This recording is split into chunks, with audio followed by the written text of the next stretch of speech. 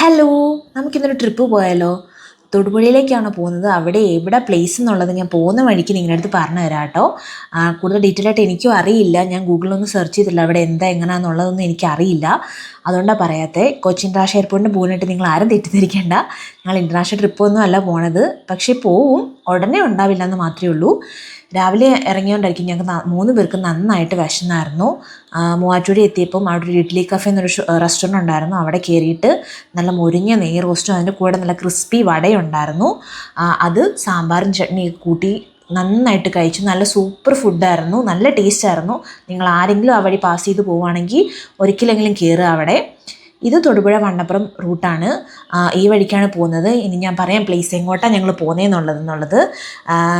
കാറ്റാടിക്കട വന്ന പ്ലേസിലേക്കാണ് ഞങ്ങൾ പോകുന്നത്. വ്യൂ പോയിൻറ്റിലേക്കാണ് പോകുന്നത്. ഞാൻ ഇന്നവരെ പോയിട്ടില്ല അവിടെ, ഫസ്റ്റ് ടൈമാണ്. ഈ ഒരു കുഞ്ഞൊരു ഓഫ് റോഡ് എന്ന് പറഞ്ഞ വണ്ടി കയറില്ല, നമ്മൾ നടന്നു പോകണം. ഒരു 3-4 കിലോമീറ്റർ ഉണ്ട്. ഇത് കയറി വേണം മേളിൽ ചെല്ലാൻ. പോകുന്ന വഴി കണ്ടതാണ്. ഇത് എന്ത് പ്രാണിയാണെന്ന് എനിക്കറിയില്ല.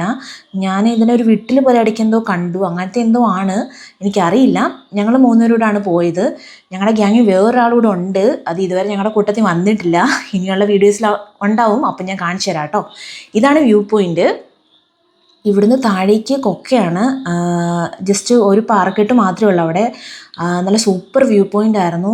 ചെന്ന സമയത്ത് നല്ല തിരക്കും ഉണ്ടായിരുന്നു. ഇടയ്ക്ക് മഴ, ഇടയ്ക്ക് വെയിൽ, പിന്നെ നല്ല കാറ്റായിരുന്നു. നല്ല ക്ലൈമറ്റ് ആയതുകൊണ്ട് അവിടെ നിന്ന് പോരാനേ തോന്നിയില്ല. കുറേ നേരം അവിടെ ഇരുന്നു.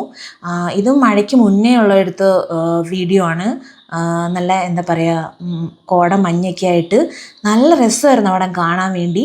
അത് കഴിഞ്ഞിട്ട് നല്ല അത്യാവശ്യമായിട്ടൊരു മഴ പെയ്തു. മഴ പെയ്തതിന് ശേഷമാണെങ്കിൽ ആ കല്ലൊക്കെ മൂടണ പോലെ നല്ല മഞ്ഞായിരുന്നു, നല്ല തണുത്ത കാറ്റും, ഒരു രക്ഷയില്ലായിരുന്നു. ഞാനിത് ആദ്യമായിട്ടാണ് ഈ പ്ലേസിൻ്റെ പേര് കേൾക്കുന്നത്. ഇതിനു മുന്നേ ഇത് ടൂറിസ്റ്റ് പ്ലേസ് ആണോ അത് ഇപ്പോൾ ഫേമസ് ആയതാണോ എന്ന് എനിക്കറിയില്ല കേട്ടോ. നിങ്ങൾ ആരും പോയിട്ടില്ല എന്നുണ്ടെങ്കിൽ ഒരു പ്രാവശ്യമെങ്കിലും അവിടെ പോവുക. അത് ഞങ്ങൾ തിരിച്ചിറങ്ങി. വരുന്ന വഴി ഫുള്ളിങ്ങനെ ചെറുതായിട്ട് മഞ്ഞുണ്ടായിരുന്നു. എന്നാലും അങ്ങോട്ട് കയറി അത്ര ക്ഷീണമില്ലായിരുന്നു. തിരിച്ചിങ്ങോട്ട് ഇറങ്ങിയപ്പോഴത്തേക്കും എന്താണെന്നറിയില്ല, എങ്ങോട്ട് ഇറങ്ങാനുള്ള ആവേശത്തിനാന്ന് തോന്നി നൈസായിട്ട് ഇറങ്ങി പോന്നു. പിന്നെ വരുന്ന വഴി ഇങ്ങനത്തെ കല്ലൊക്കെ ആയതുകൊണ്ട് ഒന്ന് ശ്രദ്ധിക്കുക.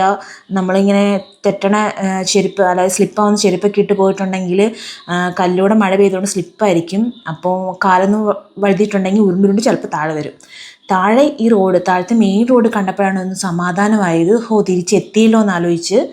പക്ഷേ വരണ വഴി മൊത്തം കാറിൻ്റെ ഒരു സൈഡ് ഫ്ലാറ്റായിരുന്നു. കാരണം വെച്ചാൽ തുമ്മി എനിക്ക് ജലദോഷം ഉണ്ടായിരുന്നു.